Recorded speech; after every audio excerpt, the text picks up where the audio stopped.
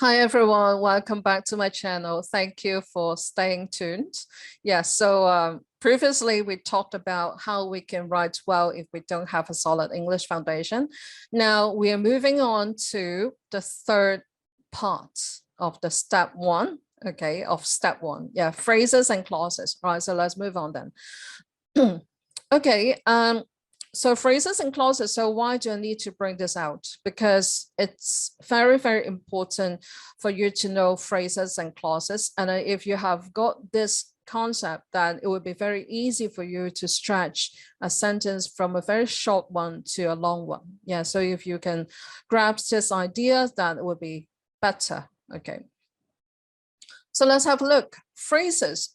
Well, what does it mean by phrases? So phrases mean a group of words that is part of rather than the whole of a sentence. Okay, so basically it's a group of words. Okay, we group them as just like the noun phrase or the verb phrase or sometimes the prepositional phrase. Okay, because the core thing would be the noun or the verb or the preposition. Okay, yeah, so that would be the phrases. Okay, so that would be the group of words that is part of rather than the whole of a sentence. Okay, it doesn't contain any verb in the phrase. Okay, except the verb phrase. Well, obviously because it's well the core thing here would be the verb. Okay, so we definitely have a verb here. Okay, noun phrase. So just like a gentleman. Okay, so it's composed of an article a and gentleman. Okay, so let me draw it. Okay, and I like to avoid drawing a lot of things because otherwise that will become very messy on the screen. Okay, a, it's an article here. Okay, and gentleman would be the noun.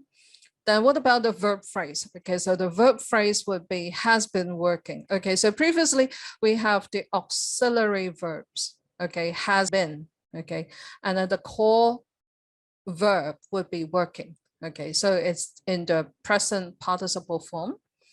And then adverbial or adverb phrase. Okay, so sometimes we call it adverb phrase, but sometimes we call it an adverbial. Okay, so just like very diligently.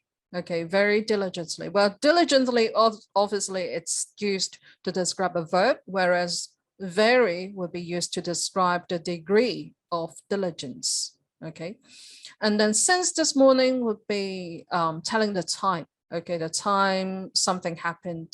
Okay, and then prepositional phrase, it starts with a preposition just like this one, in. Okay, his studio. Okay, so you can combine them together. A gentleman has been working very diligently in his studio since this morning. Okay, so that is the whole sentence. So you can see that, well, this sentence is composed of different things, different phrases together. Okay, so we have the noun phrase, verb phrase, prepositional phrase, and the adverbial. Okay, yeah, so it's very rich, I would say. Yeah, so it's composed of different phrases. Then what about clauses? All right, so clauses is composed of a subject and a finite verb.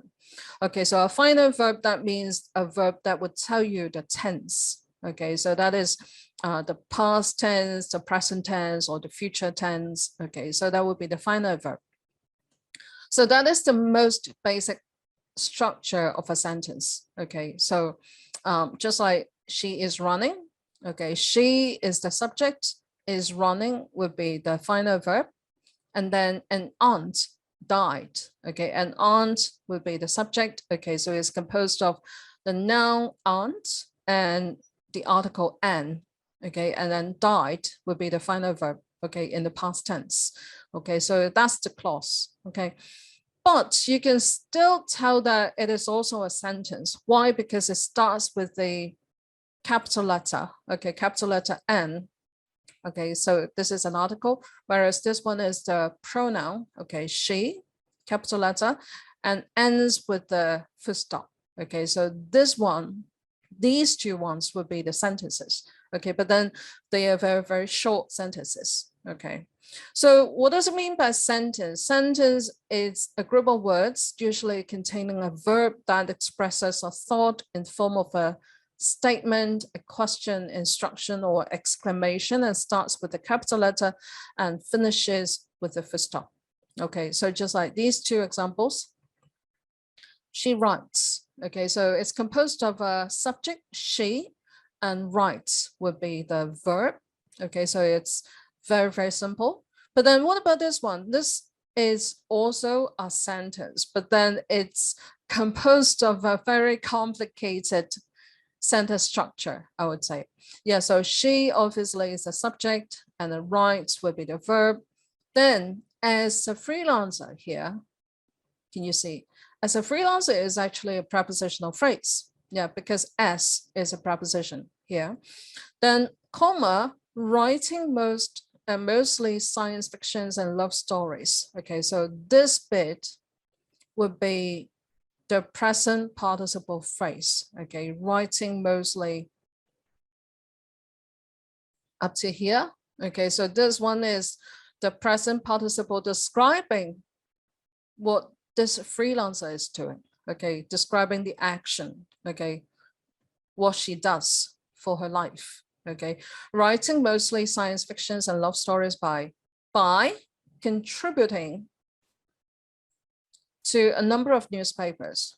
Okay, by is the prepositional phrase again. Okay, because well, by is the preposition. Okay, and then comma, such as. So such as would lead us to have a list of examples, okay, because we're going to introduce a list of examples. So obviously we can use such as, okay, to introduce our examples.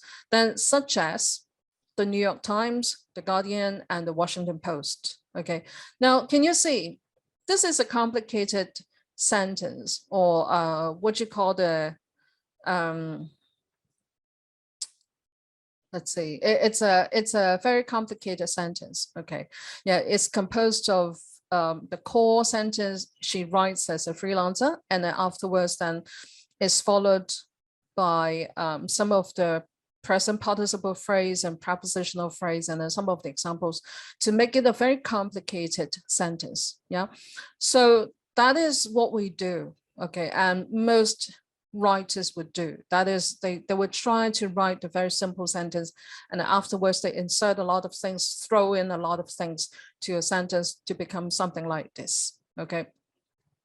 So back to a question then, how can we write if we haven't got a very solid English foundation? That is the way. Okay, so that is why if you can have a very concrete concept about the previous things, for example, phrases and clauses, and then sentence structures, sentence constituents, and the word classes, for example, nouns, verbs, adjectives, adverbs, etc., then you will be able to compose a complex sentence like this. Okay, yeah, so so next time, do stay tuned. Yeah, because I'm going to introduce you how you can actually compose a complex sentence by using these phrases and clauses, and to make it a very complicated sentence. Okay, yeah, so stay tuned and I'll see you next time. Thank you.